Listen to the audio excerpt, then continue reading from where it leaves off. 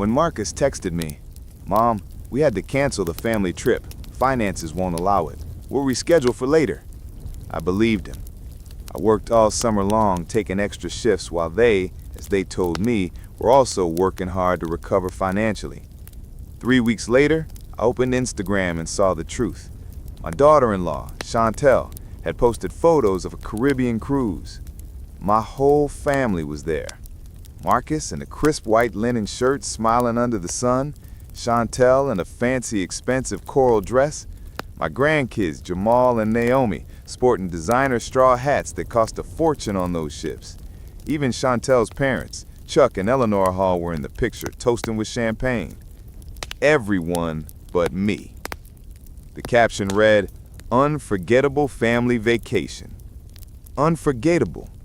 That word felt like a rusty knife twisting in my chest. I stayed quiet. I didn't cry. I didn't yell. I didn't call him. I simply held my silence and continued with my life as if nothing had happened. But in that instant, something inside of me broke forever. 3 weeks after the discovery, my phone vibrated at 7 in the morning. It was Marcus. "Mom, I urgently need $6,000. Credit card issue. I'll pay you back next month." I read the message 5 times. Every word was a slap in the face. $6,000. Urgent, as always, just like it had been for the last 8 years. My fingers were trembling when I typed the reply. "Ask your wife's family." 4 words that changed everything. 4 words that cost me decades of submission, but which gave me something I never imagined. Freedom. Marcus tried to call 17 times that day. I didn't answer any of them. Chantel sent me a lengthy message full of confusing explanations about misunderstandings and surprises.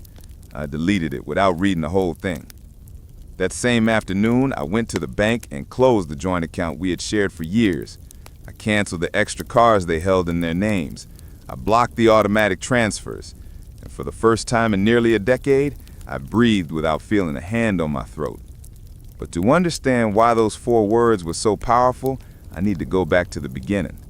I need to tell you how a 73-year-old black woman who worked her entire life ended up being the ATM for her own family. How a mother's love became a gilded trap she didn't know how to escape. It all started 8 years ago when my husband Earl passed away and left me alone with a paid-for house, a decent pension, and some savings. I was devastated, but Marcus seemed even more affected. He was my only son, my reason for living, and seeing him suffer broke my heart. One afternoon, 2 months after the funeral, he came to visit with Chantel. They sat on the very couch where I'm remembering all this now, and Marcus took my hand with that tenderness he always knew how to use so well. "Mom, I need to ask you for something," he said softly. "Chantel and I want to throw a special Sweet 16 party for Naomi. You know how she is, so sensitive, so fragile. But with the expense of Dad's funeral and the economy, we just can't swing it. I know it's a lot to ask, but could you lend us $10,000? I promise we'll pay you back in 6 months." I looked at Chantel. She nodded with a perfect smile, one of those she probably practiced in the mirror. "It's just a temporary loan, Ruby. We want Naomi to have a beautiful memory of this milestone. You understand, right?" Of course I understood. I was the grandmother. I was the one who had to understand. I was the one who had just lost her husband and needed to feel like I still mattered to someone. So I said yes. I transferred the $10,000 the next day. Naomi had a party at an upscale private venue with colored lights and a chocolate fountain. I sat at a back table watching my granddaughter dance happily. They never paid me back. They never mentioned it again, and I never asked. 6 months later came the next request. "Mom, we need to remodel the kitchen. The pipes are rolled and there's a moisture problem." $8,000. Then it was Chantel's car because hers broke down. $12,000. After that, it was the private university for Jamal because the public option wasn't up to par. $45,000. $15,000 per year for 3 years. Each time there was a reason. Each time it was urgent. Each time it was temporary. And each time I opened my account and transferred the money without too many questions, because that's what mothers do, right? Sacrifice. Give without expecting anything in return. Be the invisible support holding everything together.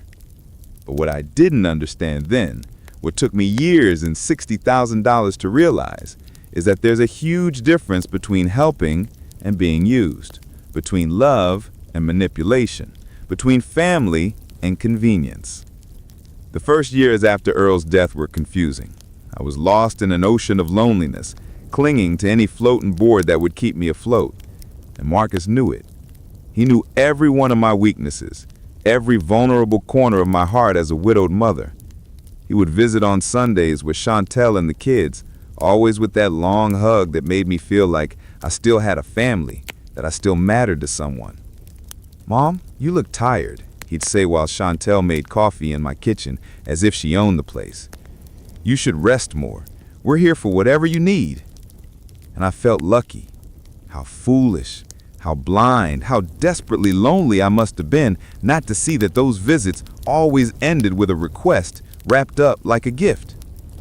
Marcus had a special talent for making his needs sound like family emergencies. He never said, "I want." He always said, "We need." It was never for him. It was always for the children, for the future, to maintain stability at home. "Mom, Jamal needs a math tutor if we want him to get into a good university. Mom, Naomi needs braces urgently. The dentist says if we don't do it now, it'll be worse later. Mom, we need to replace the roof. There are leaks and it could be dangerous." Every argument was solid. Every reason seemed legitimate. And I, who had worked for 53 years as a certified nursing assistant and in hospital housekeeping, who had saved every penny with the discipline of someone who knows what scarcity feels like, opened my wallet again and again. Chantel was subtler, but just as effective. She never asked directly. Instead, she dropped poisoned comments disguised as concern. "Oh, Ruby, it's a shame you can't come to Jamal's birthday at the club, but I understand those places are a little too formal for you. It's a pity Naomi can't go on the class trip to Europe with her friends, but hey, not all kids have the same opportunities." And I, feeling guilty for having money while my grandchildren supposedly lacked something, ended up offering help that was never directly requested but was clearly expected. $3,000 for the trip, $2,000 for the club membership, $100 for Naomi's green graduation dress. Small financial bleedings that added up formed a river of money flowing in only one direction. There were signs I ignored, small alarms I turned off because recognizing them would have meant admitting something too painful. Like that time I drove past their house and saw a brand new SUV in the driveway, a shiny current year model with chrome rims reflecting the sun. When I asked Marcus, he said it was borrowed from a friend. 2 months later, I saw Chantel driving it. Or when Naomi posted photos of a weekend at a beach resort, and I mentally calculated that trip must have cost at least $4,000 just 1 month after Marcus told me they were struggling with cash flow. But I stayed silent. I swallowed my doubts. I convinced myself that I was misinterpreting things, that I was just a suspicious old lady, and that if I questioned too much, I would lose the only family connection I had left. The truth is, I was afraid. Afraid of being completely alone. Afraid that if I stopped giving, they would stop coming. Afraid of becoming a forgotten old woman in an empty house, waiting for calls that would never come. So I kept being the generous mother, the involved grandmother, the one who always had an envelope of cash when needed. I settled for the crumbs of attention they threw my way. A 10-minute phone call every week. A monthly visit that lasted less than an hour. Photos of my grandchildren I saw on social media because they never sent them to me directly. And I smiled and said everything was fine, that it was enough, that I understood they were busy. But inside, something was withering. A part of me was dying of emotional hunger, while my bank account was draining. The breaking point began to form 6 months before the cruise, although I didn't know it at the time. Chantel organized a family dinner to celebrate her parents' wedding anniversary. I found out by chance when Naomi mentioned something in a quick FaceTime call.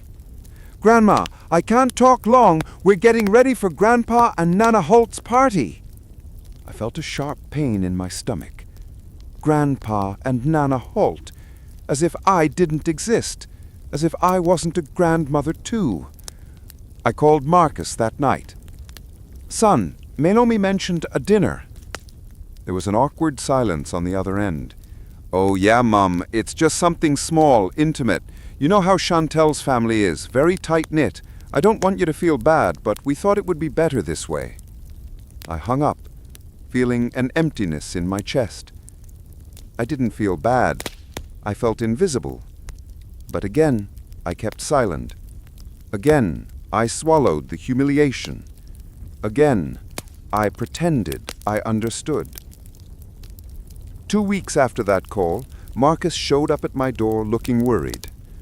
"I need to talk to you about something serious, Mom." We went into the living room and he sat on the edge of the couch with his hands clasped, as if preparing to deliver bad news. "The company's going through layoffs. There's a chance I might get let go. Chantel is really stressed. The kids need stability. We need a financial cushion for the next few months, something that will allow us to breathe." He paused for a long time. "Could you lend us $20,000? $20,000? The figure hit me like a punch to the gut. It was more than he had ever asked for at once. "Marcus, that's a lot of money," I said, my voice trembling. "I know, Mom. Believe me, if I had another option, I wouldn't ask you. But you're the only person we can trust. You're our safety net. Please." His eyes had that scared little boy look that always melted me. And once again, I gave in. I transferred the $20,000 on a Tuesday morning. I remember that day perfectly because I had to go to the bank in person to authorize such a large amount. The teller, a young woman with rectangular glasses, asked me 3 times if I were sure. "It's for my family," I said. She nodded with a professional smile, but her eyes said something else. I had seen that look before, that mixture of pity and silent judgment reserved for older women who seemed too naive. I signed the papers without further hesitation, because at that moment I still believed I was saving my son from a real crisis. I still believed the money was a temporary bridge to better times. I still believed in the word family. Marcus called me that afternoon, his voice full of relief. "Thank you, Mom. You don't know the weight you've taken off my shoulders. I promise this is temporary. In 6 months, I'll pay you back in full. I swear." I hung up, feeling useful, needed, important. What a bitter irony. The next 2 months were strangely silent. Marcus didn't call as often as before. His texts were short, generic. "All good, Mom. Busy with work." Chantel stopped responding to my messages in the family chat. When I tried to video call the grandchildren, they were always busy with homework, friends, or extracurriculars. I started to feel that horrible sensation of being a bother, of interrupting lives that worked perfectly fine without me. One afternoon, I called Marcus directly. I needed to hear his voice. I needed confirmation that I still existed for him. "Mom, I can't talk right now. I'm in an important meeting. I'll call you back," he said hurriedly. He never called. That night, I sat in the kitchen with a cup of tea that grew cold while I watched the phone in silence, waiting for something I knew wouldn't arrive. It was Dot, my neighbor from the apartment next door, who made me start questioning things. She was 68, a widow like me, but there was something different about her, a kind of quiet dignity, a self-possession I lacked. One afternoon she invited me over for coffee. "Ruby, forgive me for prying, but I've seen you these past few months and you look different, quieter. What's going on?" And there, without planning it, unable to hold it in any more, I told her everything. The loans that were never repaid, the broken promises, the feeling of buying crumbs of attention with $100 bills. Dot listened without interrupting, her brown eyes fixed on mine. When I finished speaking, she sighed deeply. "Ruby, you aren't a mother. You're a bank, and banks charge interest, not just financial, but emotional. What are you getting back for everything you give?" The question haunted me for days. What was I getting back? Rushed calls, obligatory visits, the privilege of being remembered only when money was needed. A week after that conversation, something small but significant happened. It was Jamal's birthday. My eldest grandson was turning 21. I'd bought a gift a month in advance, an expensive, genuine leather wallet I knew he would like. I called Marcus to ask what time the family gathering would be. There was an awkward silence. "Mom, Jamal just wants something small this year, just with his friends. You know how young people are now. But I'll take your gift to him, don't worry." I hung up, feeling something new. It wasn't sadness, it was rage. Rage that I wasn't even invited to the periphery of their lives. Rage that Jamal had had 21 birthdays and I had been present at every one of them. I had paid for several, and now I didn't even deserve an hour of his time. That night, I opened my laptop and reviewed my bank statements for the last 8 years. I had never done it systematically. I had never added it all up because I was afraid to see the final number. But that night, I needed to know. I needed to quantify exactly how much it had cost to maintain the illusion that I nattered. I opened a spreadsheet and started typing. Naomi's 16th birthday, 1,000 kitchen, 8,000. Chantel's car, 12,000. Jamal's university, 3 years, 45,000. Roof, 7,000. Class trip, 3,000. Club membership, 2,000. And I kept adding dresses, tutors, medical emergencies for which I never saw bills, repairs for things that never broke. When I reached the end, the number on the screen glowed like an accusation. $62,300. $62,300 in 8 years. I stared at that figure until the numbers blurred. That was my life. That was the exact sum of 53 years of working, saving, sacrificing. And what did I get in return? An empty house? A phone that didn't ring? Grandchildren who treated me like an awkward obligation? A son who saw me as a solution to his financial problems, not a person? I closed the laptop and something inside me hardened. It was as if a steel door had slammed shut in my chest. I didn't cry. I didn't scream. I only felt a strange coldness, an icy clarity I had never experienced. For the first time in 8 years, I began to wonder if a mother's love had to be synonymous with self-destruction, if giving without limits was a virtue or just cowardice disguised as sacrifice. A week after that, the message about the family trip arrived. Marcus called me on a Saturday afternoon. His voice was casual, relaxed. "Mom, I have to tell you something about the cruise. We had planned a family trip for this summer, but we're going to have to cancel it. The economy just isn't allowing for those luxuries. We're going to postpone it for next year when things improve." I felt something strange in my stomach, like a silent alarm. Though he couldn't see me. "All right, son, I understand." We hung up, and I stared at the phone with a strange feeling. Something in his tone wasn't right. Something about the story sounded rehearsed. But I decided to believe him. I decided to give him one last chance, the benefit of the doubt, that blind faith that mothers reserve for their children, even when all the evidence screams that they're wrong. The summer holidays arrived, and I stayed home. I cleaned closets that didn't need cleaning. I reorganized old photos. I cooked elaborate meals for one person and stored the leftovers in the refrigerator until they spoiled. One afternoon, Dot invited me to go with her to a book club for older women at the community center. "No, thank you," I said. "I'm not in the mood." She looked at me with that brutal frankness that only good friends allow themselves. "Ruby, are you waiting for your phone to ring? You're living in pause. That's not life. It's just existing." She was right, but I wasn't ready to admit it. Not yet. 3 weeks passed from the start of the holidays. 3 weeks of almost absolute silence from Marcus. Not a call to ask how I was. Not a simple text to see if I needed anything. Nothing. Just that emptiness that felt heavier every day. I tried to convince myself that he was busy, that having a station also required time, that he was probably dedicating himself to the kids, enjoying that much-needed rest.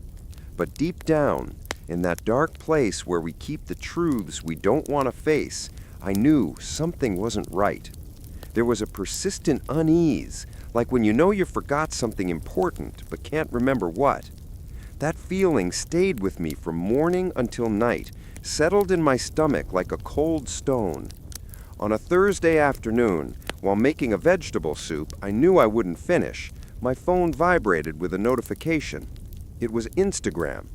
I didn't usually check social media much. I had only installed it so I could see pictures of my grandchildren, those small fragments of their lives I had been reduced to.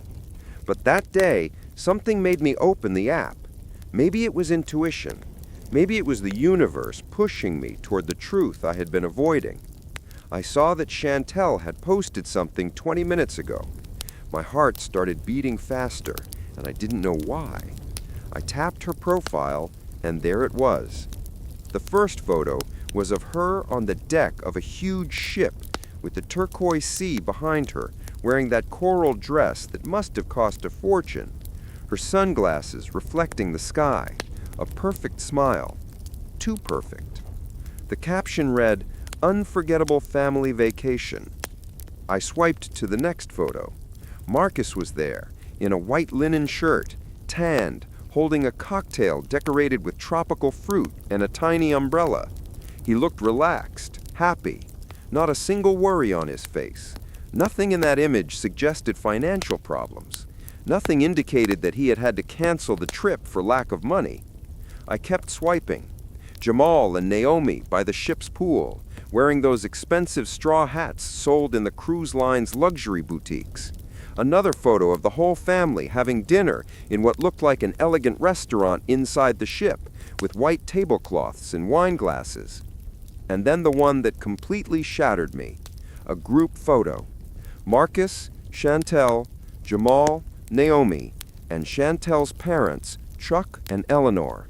All smiling, all toasting, all together. A complete family, enjoying an unforgettable vacation. Everyone but me. I felt the air rush out of my lungs. My hands began to shake so much I almost dropped the phone. I looked at the photos again, one by one, as if I were searching for a logical explanation, some detail that would prove I was misinterpreting everything. But there was nothing to interpret. The truth was brutal and simple. They had lied to me. Marcus had looked me in the eye while he had spoken to me on the phone with that serious, worried voice, and he had deliberately lied to me.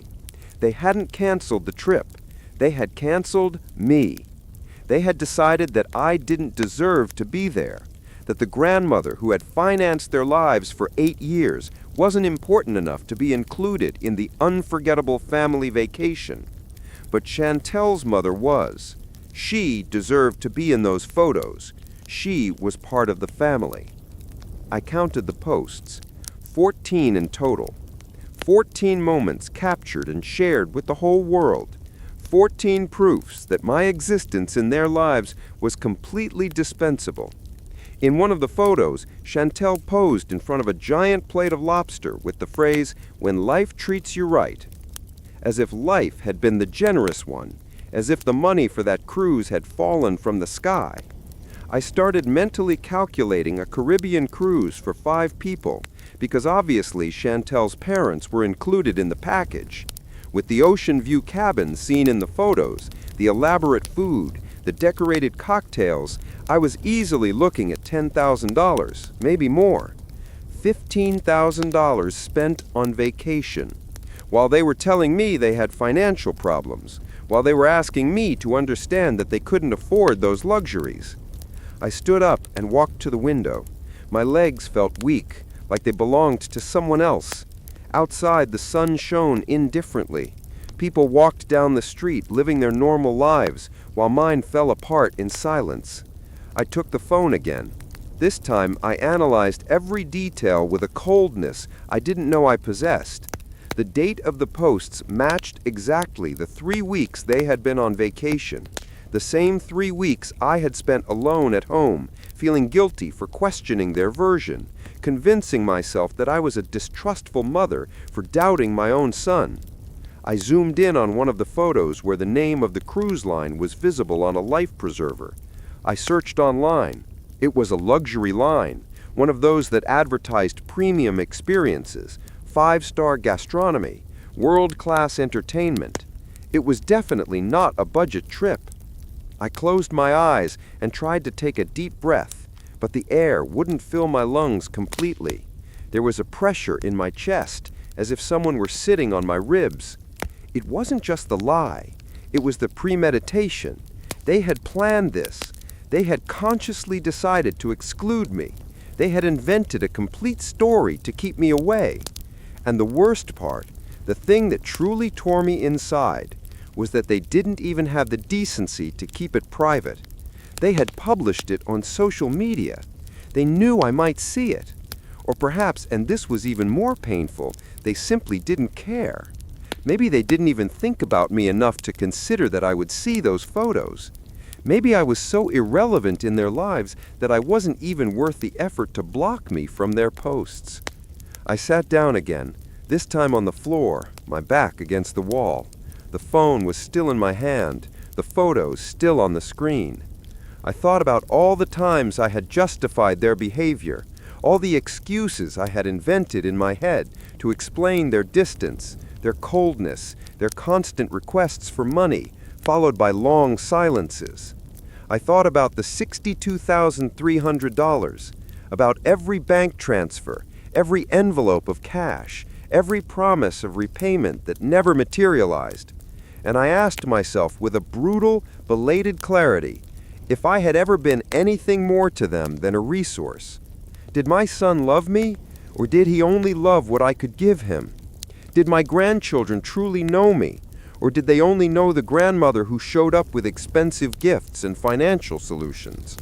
The soup on the stove began to boil, and the sound brought me back to reality. I got up, moving on autopilot, turned off the burner, and served a bowl I knew I wouldn't finish. I sat at the kitchen table, the same one where Marcus had made so many of his requests, where Chantel had drunk coffee while dropping her poisoned comments disguised as concern. And there, in that heavy silence, I made a decision. I wasn't going to cry. I wasn't going to call them. I wasn't going to confront them. I wasn't going to give them the drama they probably expected if I ever found out. I was going to do something much more powerful. I was going to stay silent. I was going to wait. And when they needed something again, when they came knocking on my door again with their manufactured emergencies and convenient crises, my answer would be there. But it wouldn't be the answer of the submissive mother I had been for 8 years. It would be the answer of a woman who had finally awakened. I put the phone away without deleting the photos, without blocking anyone, without making any hasty move. This time I was going to be smart. This time I was going to wait for the right moment. 3 weeks, I calculated. In 3 weeks they would be back from the cruise, and then, only then, they would see that something had changed. That the human wallet they had relied on for 8 years had just closed forever. That night, I didn't sleep. I stayed awake, staring at the ceiling, feeling an ancient part of me die, and something new, something harder and stronger, began to be born from the rubble. The days that followed the discovery were strange. I continued my normal routine, but everything felt different, as if I were watching my own life from the outside. I got up, made coffee, cleaned the house, watched TV, but none of it really touched me. It was like being underwater, where all sounds are muffled and distant. Dot knocked on my door on Saturday morning. "Ruby, you look terrible. What happened?" She walked in without waiting for an invitation and sat on the couch with that familiarity only true friends allow. I couldn't hold it in anymore. I showed her the photos one by one. She looked at them in silence, her expression moving from surprise to indignation and finally to a cold rage I had never seen in her. "That son of a gun," she said flatly. "Excuse my language, Ruby, but this is unforgivable. This isn't carelessness. This is calculated cruelty." I nodded without saying anything, because if I opened my mouth, I knew I would break. Dot stayed with me that day and the next. She didn't try to give me empty advice or platitudes about forgiveness and family. She was just there. She forced me to eat when I wasn't hungry. She made me walk in the park when I wanted to stay locked up. And most importantly, she validated my pain without trying to minimize it. One evening, while we were having tea in her apartment, she told me something that stuck in my memory. "Ruby, you don't owe them anything. You don't owe them more chances. You don't owe them more understanding. You don't owe them more sacrifices. You've given enough. You've given too much. Now it's time to give yourself what they never gave you, respect." Those words were like permission I didn't know I needed. Permission to be angry. Permission to cut ties. Permission to choose myself for the first time in 8 years. Exactly 21 days passed since I saw the photos. 21 days of absolute silence from Marcus. Not a single text asking how I was. Not a quick call to see if I needed anything. Nothing. They were too busy enjoying their luxury cruise to remember the woman who had made their lifestyle possible. I counted every day. Not because I was waiting anxiously, but because I knew with absolute certainty that at some point they were going to need something. They always needed something, and this time I was going to be ready. I prepared my answer mentally hundreds of times. I practiced it in front of the mirror. I wrote it in a notebook. 4 words that would change everything. 4 words that would give me back my dignity. Ask your wife's family. On the morning of the 22nd day, a Tuesday, my phone vibrated. At 7:15 a.m., it was a text from Marcus. My heart accelerated, but not with the anxious emotion of before, but with something more akin to the anticipation of a hunter who has been patiently waiting for their prey. I opened the message. "Mom, I urgently need $6,000. Credit card issue. I'll pay you back next month." I read those words 5 times. Each one was a confirmation of everything I had suspected.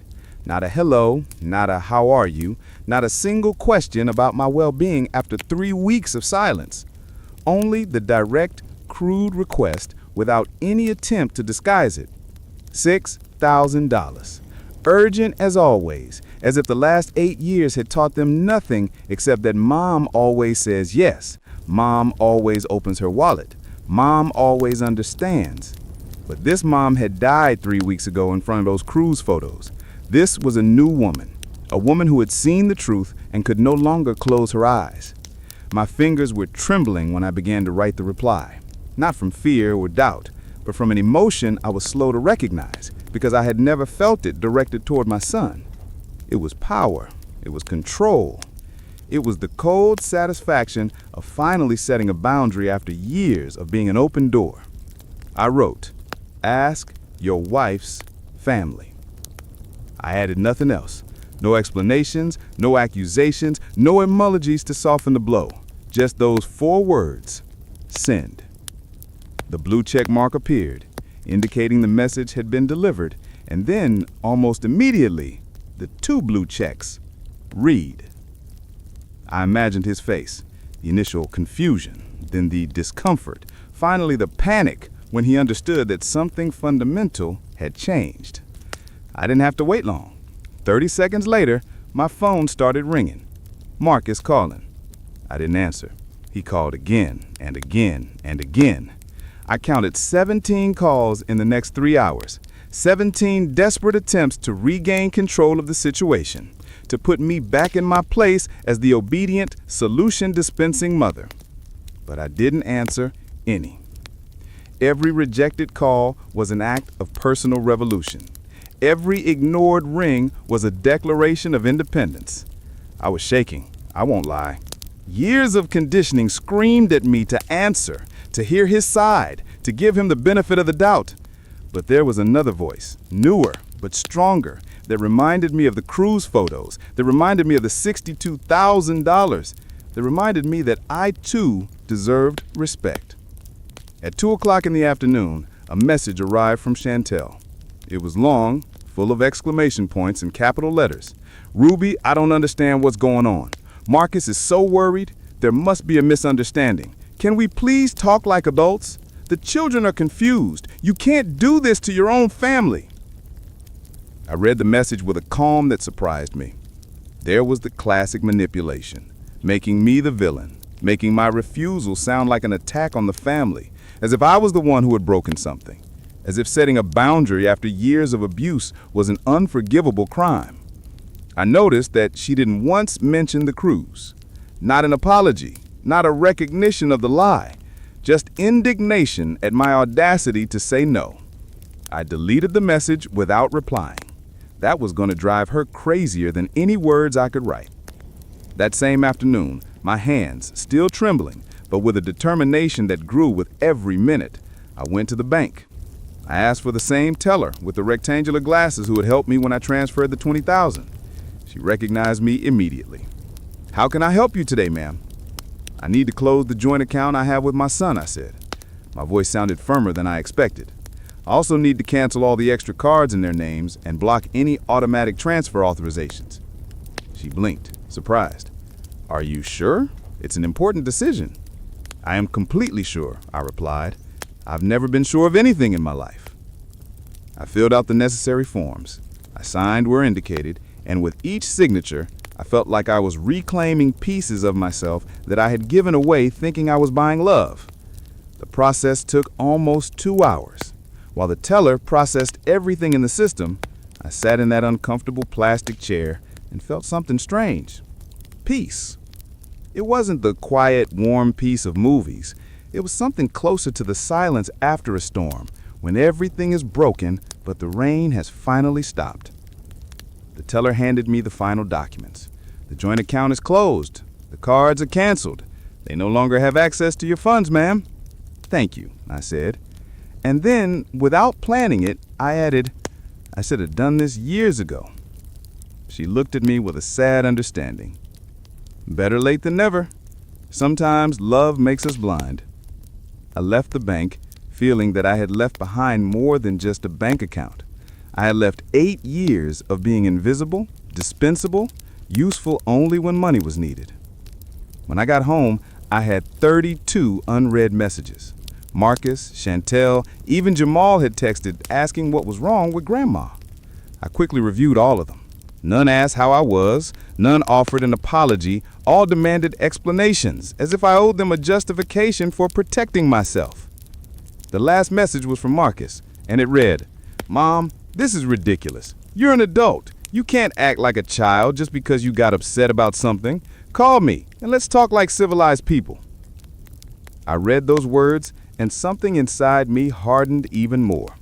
That's how he saw me, as a child throwing a tantrum, not as a woman who had been lied to, used, and deliberately excluded, not a mother who deserved respect. Minimum of consideration, just as a source of money that was malfunctioning and needed to be fixed with condescending words. That night, I sat down to eat alone, as I had for the last 3 weeks, but this time, it was different. I set the table properly. I used the nice plates I saved for visitors who never came.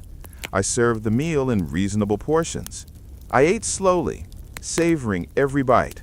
And for the first time in a long time, I didn't feel that horrible emptiness in my chest. I didn't feel like I was waiting for something that would never arrive. I was simply present in my own life. After dinner, I made myself some tea and sat on the couch with a book I had bought months ago but never opened. I read 3 chapters straight, without interruptions, without checking the phone every 5 minutes, hoping for messages that would make me feel less alone. The phone was there, occasionally vibrating with new messages that I systematically ignored, but it no longer owned me. It no longer dictated my peace. The following days were a strange mixture of liberation and pain. There was a part of me that felt incredibly light, as if I had been carrying a backpack full of stones for years and had finally set it down. But there were also moments of panic, that anxiety that comes when you break a pattern that, although destructive, was familiar. I would wake up in the middle of the night, heart racing, wondering if I had done the right thing, if I was being too harsh, if a good mother would act this way. But then, I remembered the cruise photos. I remembered the lie. I remembered the $62,000, and the doubt dissolved, replaced by something more solid, conviction. Dot came over every afternoon. Sometimes we talked, sometimes we just sat in silence, drinking coffee. Her presence was a reminder that I wasn't crazy, that my reaction was completely valid. A week after closing the bank account, Marcus showed up at my door. He didn't call first. He didn't ask if it was a good time. He simply showed up on a Saturday morning, ringing the doorbell insistently until I opened it. When I saw him standing there, still tan from the Caribbean sun, wearing a shirt I didn't recognize and had probably bought in some expensive cruise stop, I felt something I never thought I would feel toward my son. Coldness. "Mom, we need to talk," he said, with that tone of authority he used when he wanted to control the situation. I didn't invite him in. We stood right there in the doorway, him in the hallway, me blocking the entrance. "Talk," I said simply. He blinked, clearly surprised by my lack of hospitality. "This is ridiculous. You can't just close the account like that. You can't ignore my calls. I'm your son." "Exactly," I replied, with a calm I didn't know I possessed. "You are my son, and I am your mother. Not your bank, not your financial solution, not the person you lie to and exclude when it's convenient." Marcus ran a hand through his hair, a nervous gesture he'd had since he was a boy. "Mom, if this is about the trip, I can explain. We were going to tell you, but Chantel thought it would be better to surprise you afterward." "Surprise me?" I repeated slowly. "Surprise me by posting photos on social media where I could see them? Surprise me by lying that you had canceled the trip due to money problems? Surprise me by taking Chantel's parents but not me? What kind of surprise is that, Marcus?" He shifted uncomfortably. "It was a misunderstanding. Things got out of hand. You know how Chantel is with her planning." "No," I stopped him. "Don't blame Chantel. You called me, you lied to me, you asked me for $6,000 3 weeks after spending who knows how much on that cruise." His expression changed. The mask of the worried son cracked, and for a moment I saw something ugly underneath. Irritation, impatience, as if I were an annoying obstacle that needed to be removed so I could get back to normal. "Mom, you're overreacting. I'm asking to borrow, not for a handout. I've always paid you back." That was the last straw. That blatant, obvious lie, so insulting to my intelligence. "Never," I said, raising my voice for the first time. "You have never paid me back a single cent.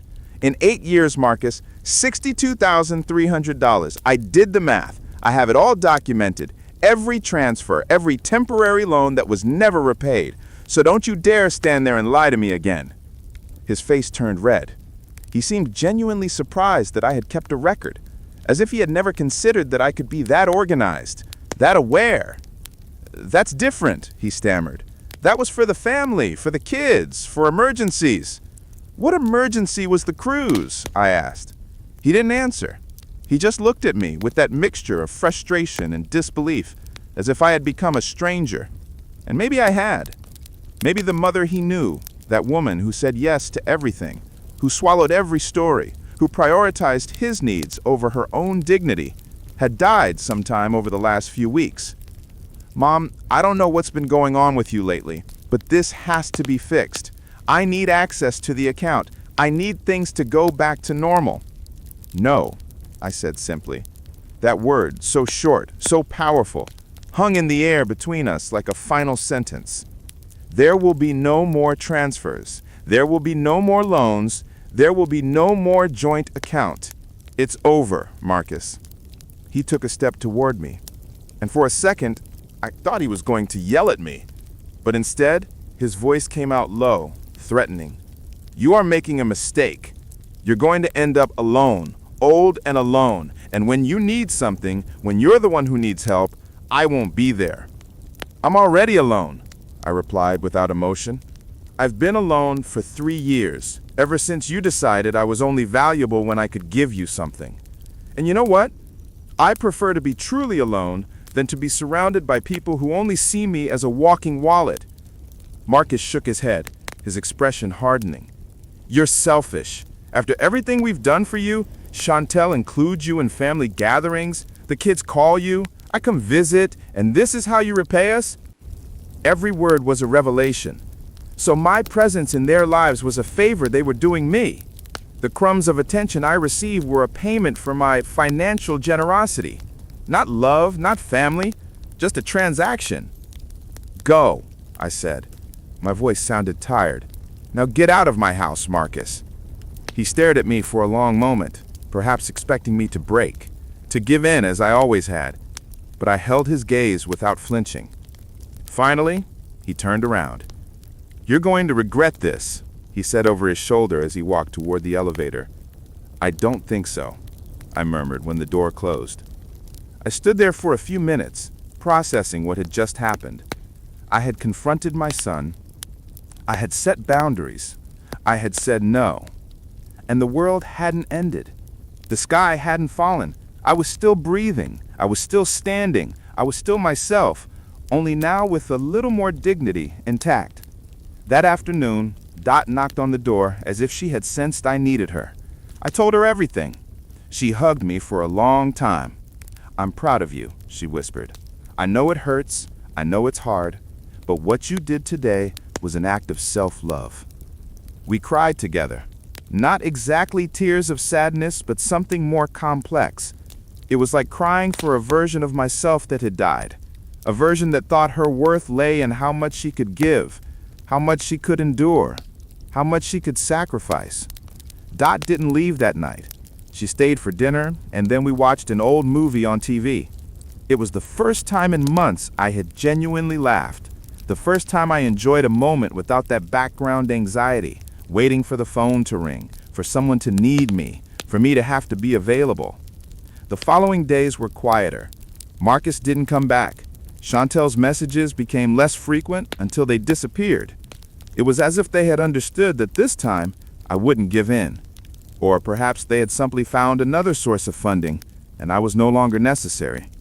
Whatever the reason, the silence was a relief. I started doing things I had postponed for years. I signed up for a painting class at the community center.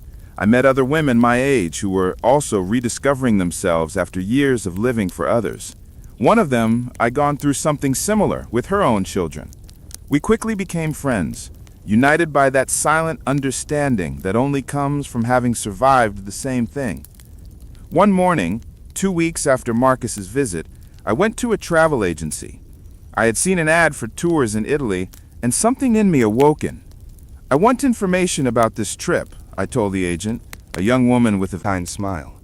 She showed me photos of Rome, Florence, and Venice, places I had always wanted to see, but had postponed, because there was always something more important to spend the money on, always someone else who needed it more than me.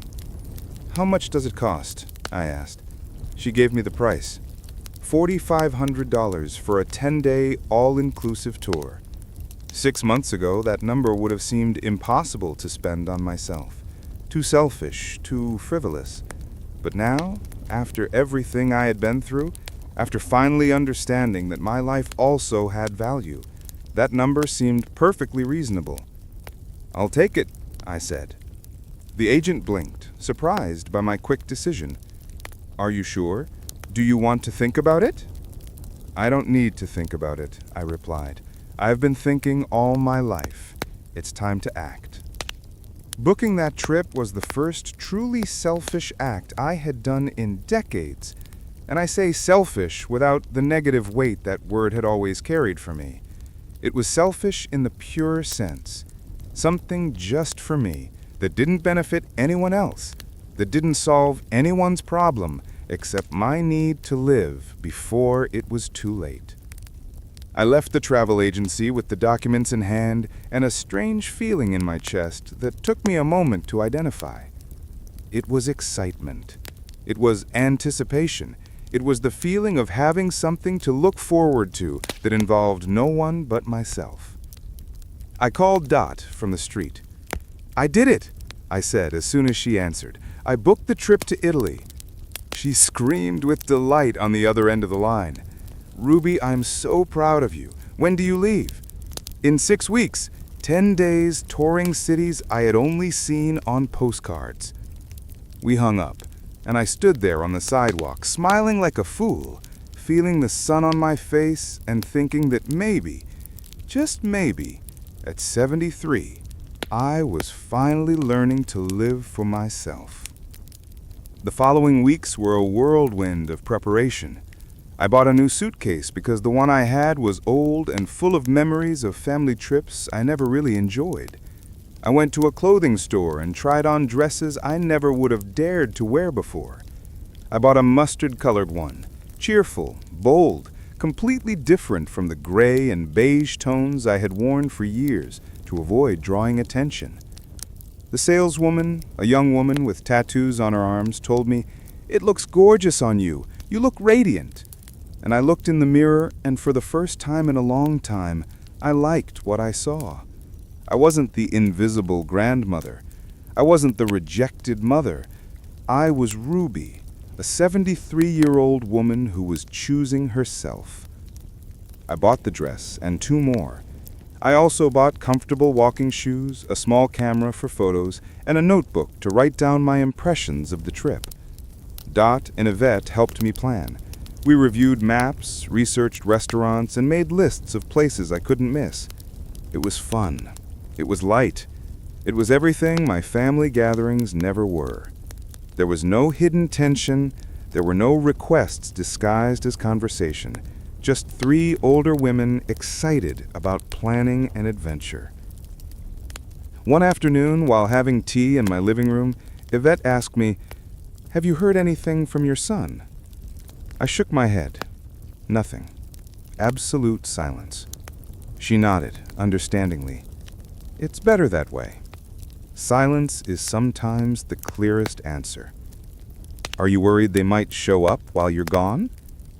The question caught me by surprise. I thought about it honestly. "No," I finally replied.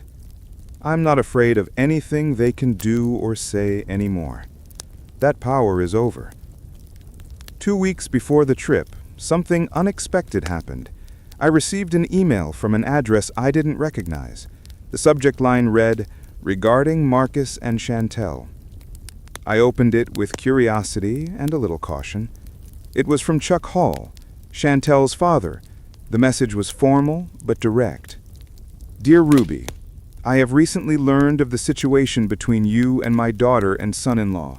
Chantel finally told me about the cruise and the circumstances. I want you to know that I was not aware that they had lied to you about the trip's cancellation. Had I known, I would not have accepted the invitation. What they did is unacceptable. You deserve an apology which I suspect you will never receive from them, so I offer you mine. I also want you to know that my wife and I will no longer accept anything from them that indirectly comes from your generosity. We have had a serious conversation with Chantel about values and respect. I wish you the very best. Sincerely, Chuck Hall." I read the email 3 times. I didn't expect that. I didn't expect someone from that side of the family to have the decency to acknowledge what had happened. I replied briefly, "Dear Chuck, I appreciate your message and your honesty. I hold no resentment toward you or your wife. I hope Chantel learns from this. Regards, Ruby Payne." It was strange. My daughter-in-law's father had more integrity than my own son. That irony was not lost on me, but it also gave me something akin to hope. Not hope that things with Marcus would improve, but hope that there were still decent people in the world. People who recognized when something was wrong. People who apologized even when it wasn't directly their fault. That was more than my son had ever done. The day before my trip, as I finished packing, my phone rang. It was a number I didn't have saved, but I recognized it immediately. Jamal, my oldest grandson. I hesitated before answering. Hello? Grandma? His voice sounded strange, nervous. Can I talk to you? Of course, I replied, mentally preparing myself for some manipulative request. But what he said surprised me. Grandma, I want to apologize. I know Mom and Dad lied to you about the cruise. I heard the arguments. I know they've been asking you for money for years, and I never said anything. I was complicit in my silence. I'm so sorry. I sat on the edge of the bed processing his words. Jamal was 21. He was an adult, and he was taking responsibility for his part in all this. That was more mature than anything his father had done. Thank you for calling, Jamal, I said softly. That means a lot to me. There was a long silence on the other end of the line. Grandma, there's something else you need to know. Mom and Dad are in serious financial trouble. They've always lived beyond their means. I think they counted on your money as part of their budget. Now that you closed the account, they're panicking. They had to sell Mom's car. They're behind on payments for several things, and instead of accepting that they created this problem, they're blaming you. My heart hardened. So it was true.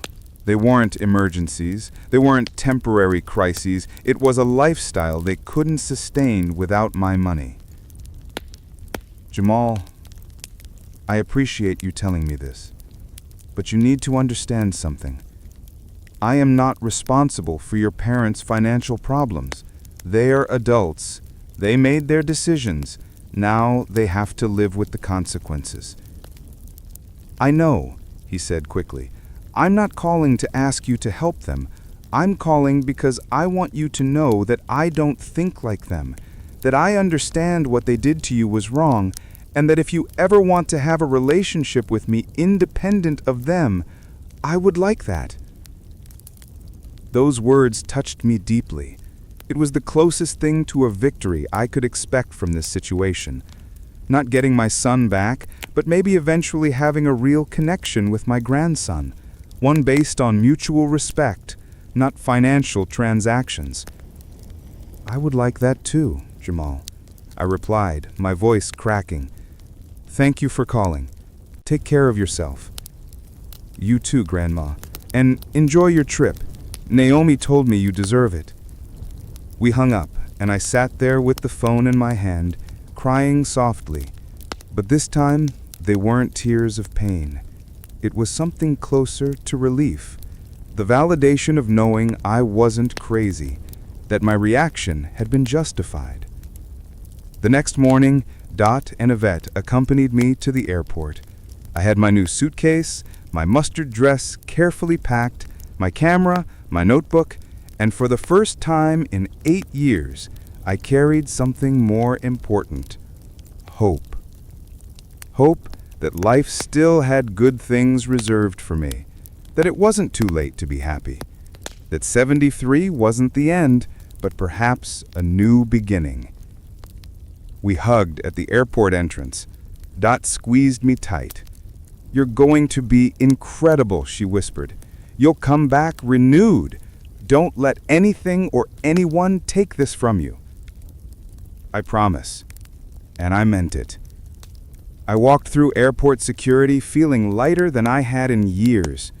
Every step away from my old life was a step towards something new, something mine, something no one could take away from me because I hadn't bought it with their approval or their presence.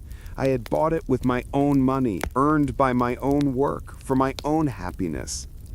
The flight was long, but I didn't care. I looked out the window at the clouds, thinking about everything I had gone through to get there. The $62,000 lost, the lies discovered, the difficult confrontations, the boundaries set, and finally, this freedom. When the plane landed in Rome, I got off with the other passengers, and for the first time in a long time, I wasn't thinking about anyone else. I wasn't worrying about whether Marcus needed something. I wasn't feeling guilty about spending money on myself. I wasn't justifying my decisions to anyone. I was just there, present, alive, ready for 10 days of discovery. Not just of Italy, but of myself. Who was Ruby when no one else was watching, when no one else was asking, when no one else mattered but me? Italy was a revelation, not just for the stunning architecture or the delicious food or the history-filled streets. It was a revelation because I discovered that I could be happy alone, that I didn't need my family's validation to feel that my life had purpose, that at 73 I could still surprise myself. The first day in Florence, I walked until my feet ached. I visited the Uffizi Gallery and stood in front of a painting for 20 minutes, just feeling. No one rushed me. No one asked when we were going to eat. No one complained about being bored. It was just me and the art and the comfortable silence of being at peace with myself. I ate at a small trattoria where the waiter, an older man with a gray mustache, treated me as if I were the most important customer in the world. He recommended a wine. He told me stories about the neighborhood, and I laughed genuinely for the first time in months. In Venice, I sat by the water and watched the canals. The water was a color I had never seen in person. There were families playing, young couples holding hands, and older people like me walking along the edge. Everyone seemed to be exactly where they should be. I took out my notebook and started writing. Not a structured diary, just loose thoughts. I have lived for 73 years, and only now do I understand that my happiness shouldn't depend on making others happy. Giving until I was empty wasn't love, it was self-destruction. Real family isn't the one that shares your blood, it's the one that respects your heart. The words flowed effortlessly, as if I had been storing them for years and they had finally found an outlet.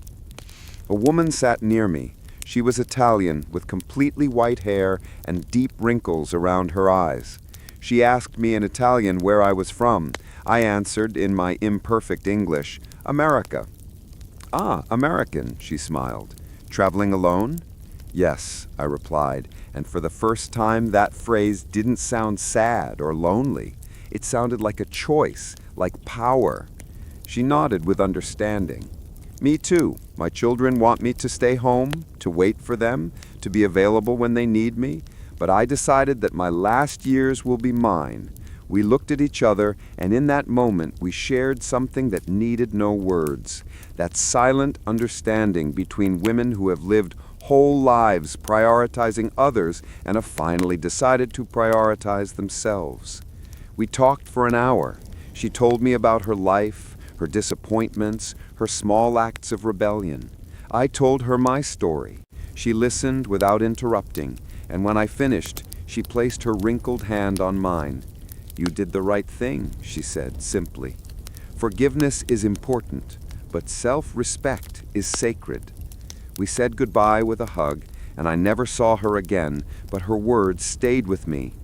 In Florence, I visited the Duomo and climbed to the top. The steps were steep, and my breathing grew labored, but I didn't give up. When I reached the top, the view of the city took my breath away. Everything looked small from up there. My problems, my pains, my ungrateful son, everything was tiny compared to the vastness of the world. I took out my camera and took photos, not to show anyone, but to remember this moment, to have physical evidence that Ruby was here, that she existed beyond being a mother, a grandmother, a wallet.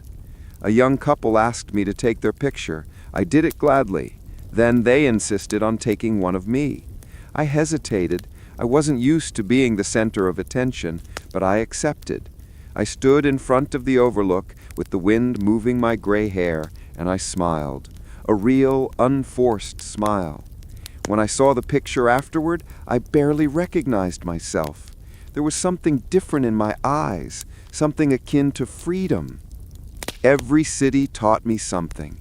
In Venice, as I watched the gondolas, I understood that the most valuable things require patience and care, and that I had spent all my patience on people who didn't value it, forgetting to build something beautiful for myself. In Rome, as I ate authentic pasta, I understood that nourishing my body and soul wasn't selfishness, it was survival. I had spent years feeding others while I starved emotionally. In each place, I left something behind, not physical things, but pieces of the old Ruby, the one who was afraid, the one who felt guilty, the one who thought her worth resided in her usefulness. That woman was left behind in every Italian city until only the new Ruby remained, the one who knew her value, the one who didn't ask permission to be happy. Throughout the trip, I kept my phone in airplane mode most of the time. I only turned it on once a day to send a quick text to Dot, telling her I was okay. I didn't check for messages from Marcus. I didn't look for updates on social media. I didn't allow myself to be reabsorbed into that world that had consumed me for so long. And it was liberating. It was like detoxing from an addiction I didn't know I had. The addiction to being needed. The addiction to feeling that I mattered, even if it was only for my money. I was learning to matter to myself, and that was enough. On the last day of the tour, the group had a farewell dinner in Rome. There were 15 of us from different countries and ages. During dinner, the guide asked us to share what the trip had meant to each of us. When my turn came, I hesitated. I wasn't good at speaking in front of groups, but something pushed me to be honest. This trip, I began, my voice trembling, wasn't just about seeing Italy. It was about seeing myself after years of being lost in the needs of others. I came here after cutting financial ties with my son, who was using me like a bank. I came here after deciding that my last years were mine, not for people who only value me for what I can give. And I discovered that I can be happy alone, that chosen solitude is better than company that makes you feel invisible. So this trip saved my life. Not literally, but it saved what was left of my dignity. When I finished, there were tears in my eyes, and also in the eyes of several people in the group. A woman from Canada stood up and hugged me. "Me too," she whispered. "I'm learning that too." We hugged like sisters in pain and in healing. That night in my hotel room, I finally turned my phone on completely. I had 53 unread messages. Most were from unknown numbers, some from Chantel, a few from Marcus. I opened one at random from Chantel. It read, "Ruby, Marcus and I are having serious financial problems. We had to sell the car. The kids are suffering because of your selfishness. I hope you're happy." I read the message without feeling anything, neither guilt nor rage, only indifference.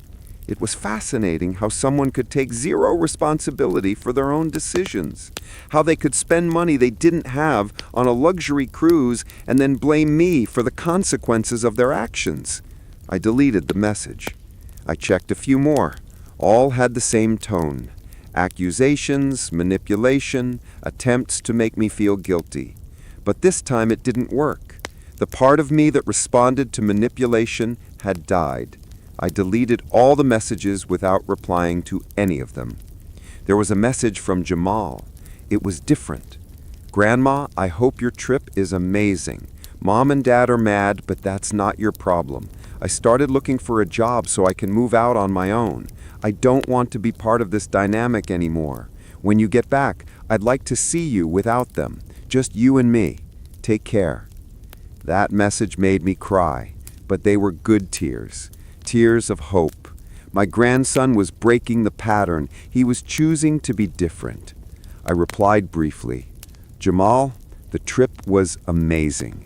Transformative. I'd love to see you when I get back. I'm proud of you for making your own decisions. I love you. Send. Then I turned off the phone again. Tomorrow I would fly back home, but I wouldn't be the same woman who had left. That Ruby had stayed somewhere between Rome and Venice.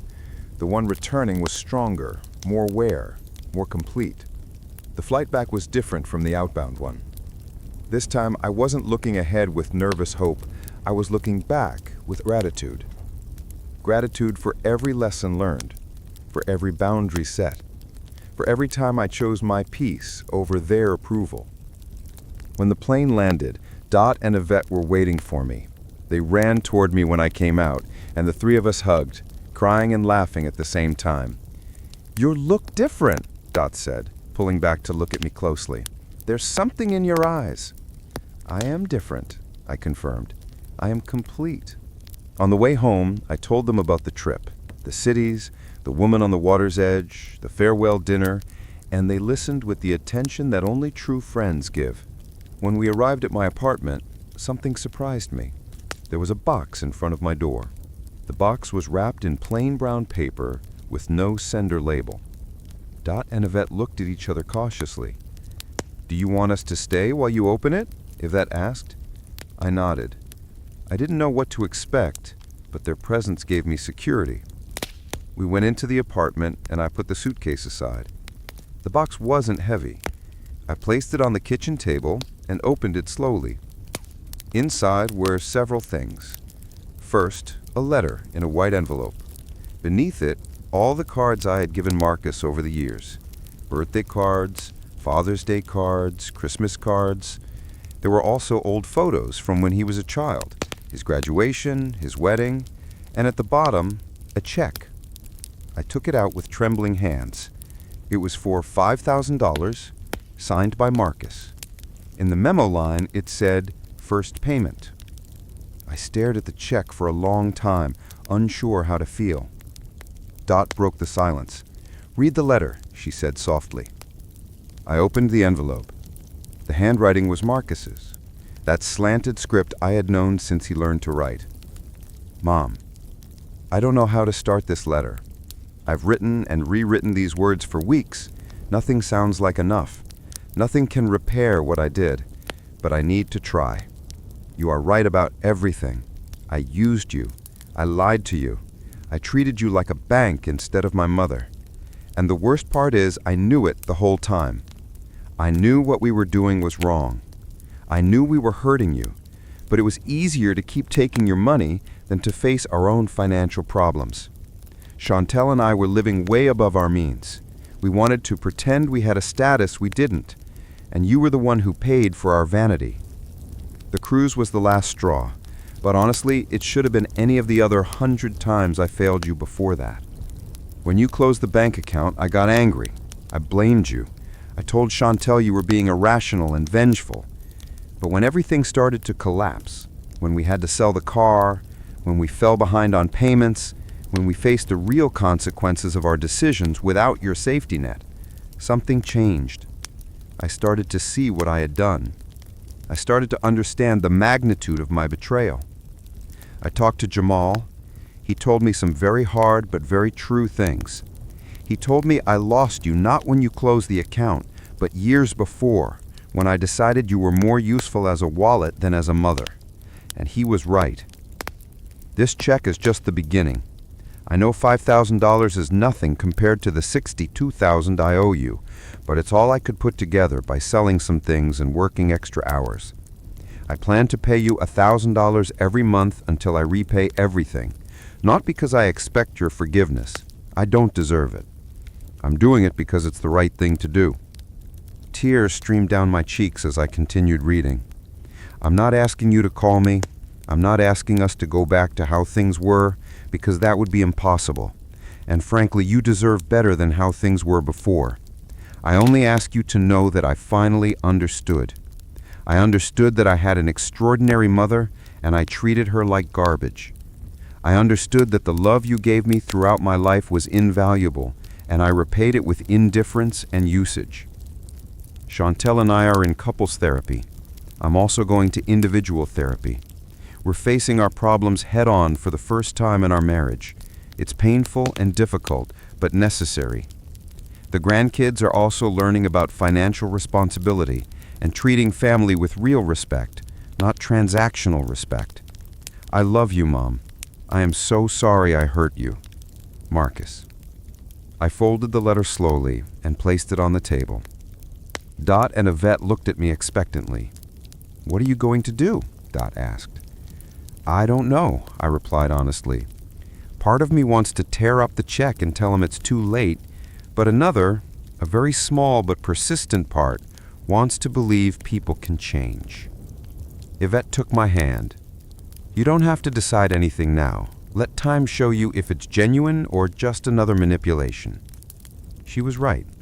I had learned during these months that not all decisions needed to be made immediately, that it was okay to sit with the discomfort of not knowing. I put the letter and the check in a drawer. I would decide later. For now, I just wanted to enjoy being home after a life-changing trip. My friends stayed that night. We cooked together, we laughed, I shared photos of the trip, and for the first time in years, my house felt full in the right way. The following days were about adjusting. I returned to my routine, but it was different. I no longer spent hours looking at the phone, waiting for messages that would make me feel needed. Instead, I filled my time with things I genuinely enjoyed. The painting class, walks with Dot, coffee with Yvette, and video calls with Jamal, who kept his word and began visiting me independently of his parents. These visits were different. They didn't come with his requests of money. Handout. He came with stories about his new job, with genuine questions about my life, with real interest in getting to know the grandmother beyond the role she had played in their dysfunctional family. One afternoon, he brought me flowers. "Just because," he said, "because I want you to know I value you." I cried, because finally someone in my family was giving me something without expecting anything in return. That was real family. 6 months after the trip to Italy, something changed. Marcus's check was still in the drawer, uncashed, but every week an envelope with $1,000 in cash arrived in my mailbox. No notes, no explanations, just the money, fulfilling its promise. We met occasionally for coffee, always brief, always with clear boundaries.